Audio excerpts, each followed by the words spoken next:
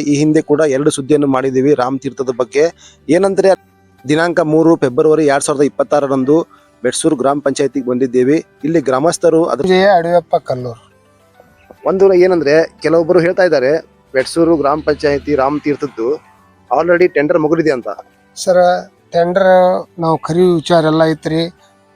ಪ್ರಾಧಿಕಾರ ಇದಾದ್ಮೇಲೆ ನಮ್ಮ PDO ಸಾಹೇಬ್ರು ಏನಂದ್ರು, ಇಲ್ಲ ಹಂಗೆ ಕರಿಯಾಕೆ ಬರೋದಿಲ್ಲ ಅಂದರು. ಆದರೂ ನಾವೆಲ್ಲರೂ ಕೂಡಿಸಿ ಕಮಿಟಿಯವರು ಕೂಡಿಸಿ ಕ್ಯಾಸ ಅದನ್ನೊಂದು ಸ್ವಲ್ಪ ನಾವು ಪಂಚಾಯತಿಗೆ ಲಾಸ್ ಆಕತಿ, ನಾವು ಇದನ್ನು ಮಾಡ್ಬೇಕಂತ ರಗಡ ಪ್ರಯತ್ನ ಮಾಡಿದ್ದೀವಿ.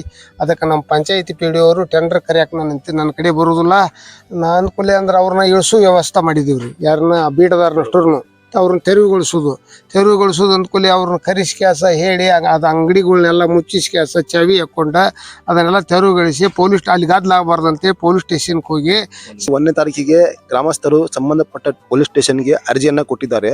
ಏನಂತ, ಇದು ಎಲ್ಲ ಟೆಂಡರ್ ಮುಕ್ತಾಯ ಆಗಿದೆ, ದಯವಿಟ್ಟು ಇವರನ್ನ ನೀವು ಇತ್ಯರ್ಥಗೊಳಿಸಿ ಅಂತ. ಅದನ್ನ ಪ್ರಾಧಿಕಾರಕ್ಕೆ ಹೋಗಿದ್ರಿಂದ ಟೆಂಡರ್ ನಮ್ಮ ಪಂಚಾಯತಿಂದ ಮಾಡಕ್ ಬರಲಿರೋದ್ರಿಂದ ಟೆಂಡರ್ ಮಾಡಿಲ್ಲ ನಾವ್ರಿ. ಅದನ್ನ ಅವ್ರು 10 ರೂಪಾಯಿ 20 ರೂಪಾಯಿ ಟಿಕೆಟ್ ತಗೋದ್ರಿಂದ ನಾವು ತೆರವುಗೊಳಿಸಿದ್ರು. ಆದ್ರೂ ಕೂಡ ಇನ್ನೂವರೆಗೆ ಅದು ಜಾರಿ ಆಗಿಲ್ಲ. ಇನ್ನು ಆಗ್ಲೇ ಅವರು ಸಂಬಂಧಪಟ್ಟ ಇಒಸರು ಕೂಡ ಮಾಹಿತಿ ನೀಡಿದ್ದಾರೆ. ಇನ್ನೂ ಕೂಡ ಅವರು ಕೂಡ ಕ್ರಮ ಕೈಗೊಳ್ತೀನಂತ ಅವರಿಗೆ ಭರವಸೆ ನೀಡಿದ್ದಾರೆ.